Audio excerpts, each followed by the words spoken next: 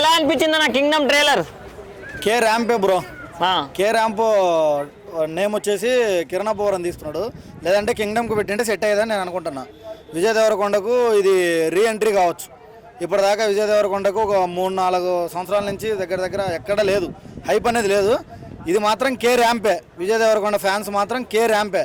మనం ఒకసారి తిరుపతిలో కూడా చూసాం, మన ఈవెంట్ జరిగినప్పుడు చూసారు కదా ఎట్లుందో, క్రౌడ్ అసలు పట్టట్లేదు, వేరే లెవెల్లో ఉంది. ఇది 100% వరల్డ్ వైడ్ రిలీజ్ అవుతుంది కాబట్టి 100% Vijay Deverakonda pan India star అవ్వబోతున్నాడు. ఓకేనా? మరి అనిరుద్ధ్ గారి బీజిఎం ఎలా అనిపించింది? వేరే లెవెల్ బ్రో, కుమ్మేశాడు. మరి ఇప్పుడు కొత్త అమ్మాయి భాగ్యశ్రీ కూడా చేస్తుంది కదా, సో వాళ్ళిద్దరు కెమిస్ట్రీ ఎలా ఉండబోతుంది? మన కెమిస్ట్రీ ఇప్పుడు ఆమెదైతే మనం ఇంతవరకు చూడలేదు కాబట్టి విజయ్ దేవరకొండతో ఇప్పుడు మనం టీజర్లో జస్ట్ 1.5 మినిట్ 1 మినిట్లోనే మనకు అంత అర్థం కాదు కదా.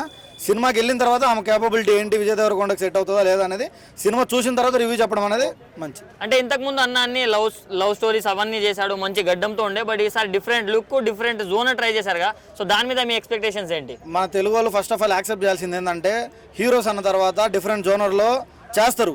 ఫస్ట్ తెలుగులో నేర్చుకోండి.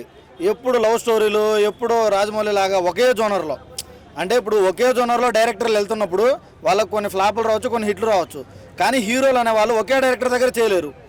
ఒక్కొక్కళ్ళు ఒక్కొక్క జోనర్లో ట్రై చేస్తారు. దాన్ని ఫస్ట్ ఆఫ్ ఆల్ ప్రజలందరూ యాక్సెప్ట్ చేయండి. ఈ సినిమా 100% నాకు తెలిసినంత వరకు 200 crores వరకు చేస్తుంది, బీట్ చేస్తుంది. ఓకే, అంటే ఇప్పుడు ట్రైలర్ చూసిన తర్వాత మీకు ఓవరాల్గా టికెట్ తీసుకోవాలనే ఆసక్తి అయితే కలిగింది? 100% కలిగింది. మేము ఆల్రెడీ టికెట్ బుక్ చేసాం. ఓకే అన్న, థ్యాంక్ యూ.